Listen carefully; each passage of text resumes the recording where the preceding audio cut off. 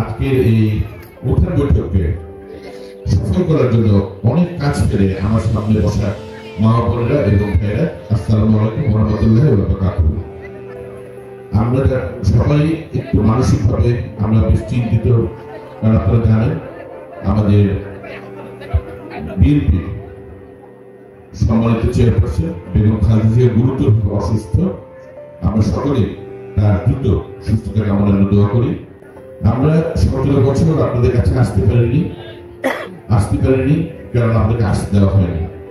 এই রাওনাতের রাস্তার যে অবস্থা, এইটা একটা কারণ আসতে দেয়নি। কিরকম যে 17 বছর ধরে কাপাসী উপজেলার কোন রকম যে উন্নয়নমূলক কাজ হয়নি, সেটারই একটা উদাহরণ। সামনে নির্বাচনে ইনশাআল্লাহ আপনারা যদি আমাকে ধানের শীষে ভোট দিয়ে পাঠান, আমি অগ্রাধিকার ভিত্তিতে সবার আগে এই রাস্তাটা যেন উন্নয়ন হয় আপনার চলাচল সুবিধা। আমি শাহরিয়াজুল হান্নান, আমি বীর হান্নান অনুষ্ঠান সন্তান। আমি আপনাদেরকে কথা দিচ্ছি, ইনশাআল্লাহ আমি যদি আপনারা আমাকে সংসদ সদস্য হিসাবে দলমত নির্বিশেষে সবাই ধানের শীষে ভোট দিয়ে আমাকে আগামী ফেব্রুয়ারি মাসে সংসদে পাঠান, আমি সবার আগে কি করবো? সবার আগে আমি পরিবেশ বান্ধব গ্যাস সংযোগের মধ্যে পরিবেশ বান্ধব কলকারখানা গড়ে তুলব ইনশাআল্লাহ। অগ্নিকার মতো আমরা যদি গ্যাস এর সংযোগের মাধ্যমে পরিবেশ বান্ধব কলকারখানা গড়ে তুলি, সবার আগে এখানে বেকারত্বের অবস্থা হবে। আর যখন নাকি বেকারত্ব ঘটবে, মানুষের চাকরি থাকে, সে দেশে কিন্তু সরাসরি মাদকের সম্পর্ক। এই যে মাদক, এই যে অলস মস্তিষ্ক শয়তানের কারখানা। এই যখন মানুষ কাজ করে খাবে, তখন কিন্তু এই মাদকের তখন আর ব্যবহার অনেক কমে যাবে। কিন্তু বিএনপি, আমি বিএনপি করি, ধানের শীষ আমাদের মার্কা, আমাদের অঙ্গীকার। এই বয়স্ক ভাতা, নারীদের বিধবা ভাতা, এইটা আরো অনেক বেশি সংখ্যায় বাড়িয়ে দেওয়া হবে এবং এটা দলমত নির্বিশেষে যা প্রাপ্য সেই ইনশাআল্লাহ সেই ব্যবস্থা করা হবে। 5ই আগস্ট থেকে 12ই আগস্ট বাংলাদেশে কোনো সরকার ছিল না, কোনো পুলিশ ছিল না, এবং তারপরে সেপ্টেম্বর মাসে দুর্গাপুজো হয়েছে।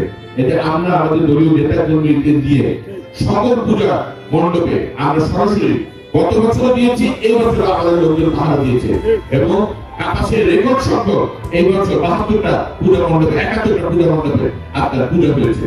কোরবানি ঈদের যদি ভাড়া লাগে, রোজা ঈদের উৎসবে ভাড়া লাগে, দুর্গা পূজার জন্য কোনো ভাড়া লাগে, সারা কাপড়ে সেই ব্যবস্থা ইনশাআল্লাহ আমরা করবো। সবাইকে আমার ধন্যবাদ কৃতজ্ঞতা জানিয়ে দেশনেত্রী বেগম খালেদার আসল মুক্তি কামনা করে আমার কথা শেষ করছি। দেশনেত্রী বেগম খালেদা জিন্দাবাদ, দেশটা তারেক রহমান জিন্দাবাদ, সবাইকে ধন্যবাদ। আসসালামু আলাইকুম ওয়া রাহমাতুল্লাহি ওয়া বারাকাতুহু। জন্য নিজের জীবনটাকে যিনি বিপন্ন করেছেন মাবুদ, রাত দিন এক করে ফেলেছেন, বিভিন্ন নির্যাতনের শিকার হয়েছেন মাবুদ। আমাদের তো মনে হয় মাবুদ জেলে থাকা অবস্থায় এমন কিছু তাকে দেওয়া হয়েছে যার কারণে তিনি আজ অসুস্থ হয়ে গেছেন মাবুদ। জাতি যাকে মা বলে সম্বোধন করে মাবুদ, সেই দেশ মাতা বেগম খালেদা জিয়াকে আপনি শিবায়ে কামেলা আজলা দান করে দিন। আমি সবাই যেন সঠিকভাবে ধানের শীষে ভোট দিতে পারি, সেই অধিকার আমাদেরকে দান করে দিন। সুবহান রাব্বিকা রাব্বিল ইজ্জাতি আম্মা ইয়াসিফুন ওয়া সালামুন আলাল মুরসালিন ওয়ালহামদুলিল্লাহি রাব্বিল আলামিন।